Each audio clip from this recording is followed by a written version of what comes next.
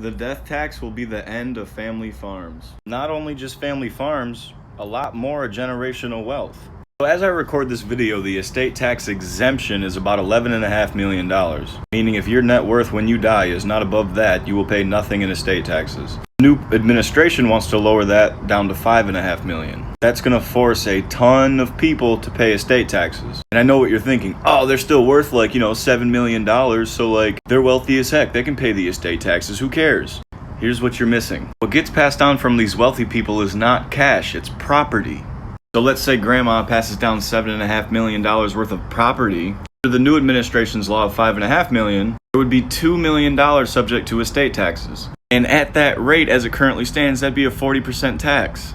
So with the pass of that property, you gotta cough up 800 grand. How do you do that? Well, now you gotta sell the property. Just like that, poof, the family farm's gone.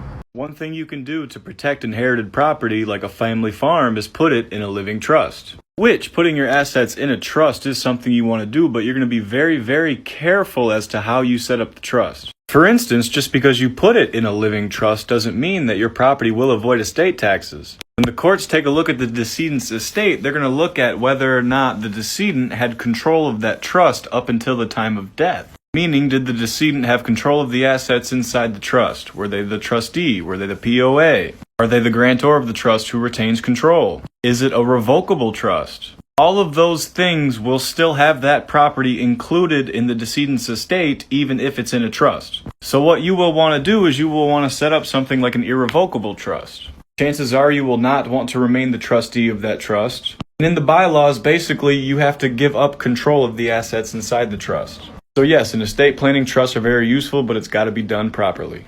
The best way to give an inheritance or the best way to receive an inheritance, no matter what the inheritance is or what the fair market value of that inherited property is never a transfer before death. You never want to receive your inheritance when the person you're inheriting it from is still alive, because then this is a gift.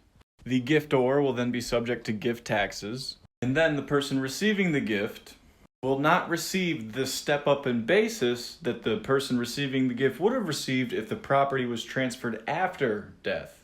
So let's say you inherit a house worth $500,000. Your grandparents bought it however many years ago for $100,000. Let's say you want to sell the house and get the cash. If you get the property by gift before death, then your basis in that property steps into the shoes of the giftor. Meaning that you'll have a taxable gain of your 500 minus the 100, $400,000. Ouch. But if you receive the property after death, your basis would step up to that 500, no tax.